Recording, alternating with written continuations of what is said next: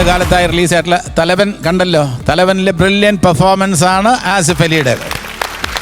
കിഷ്കിന്ധാകാന്ഡം അജയ് ചന്ദ്രന്റെ ഭാഗം മനോഹരമായി കൈകാര്യം ചെയ്ത് ഏറ്റവും കൂടുതൽ പ്രേക്ഷക പ്രശംസ നേടിയ, ഒരുപക്ഷെ എല്ലാം ഒത്തുവരികയാണെങ്കിൽ കേരള സംസ്ഥാനത്തിന്റെ മികച്ച നടനുള്ള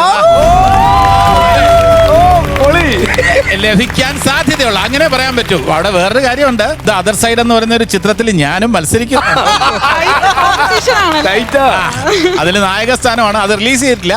അപ്പൊ ഞാൻ പറയുന്നത് വെച്ചാൽ ഒരു നടൻ എന്ന നിലയിൽ മാറി നിന്ന് ഞാൻ വീക്ഷിക്കുമ്പോൾ ആസിഫ് അലിയുടെ ഉഗ്രൻ പ്രകടനമാണ് അജയ് ചന്ദ്രൻ ആ കിഷ്കിന്ധാകാന്ഡം.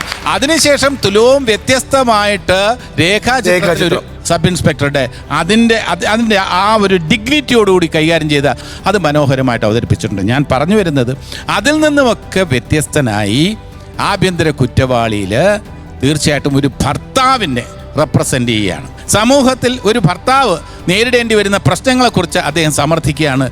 എതിരായി വാദിക്കാൻ അഡ്വക്കേറ്റ് വിശ്വ. കുടുംബങ്ങളിൽ കൂട്ടുകൂടിയ 10 വർഷങ്ങൾ.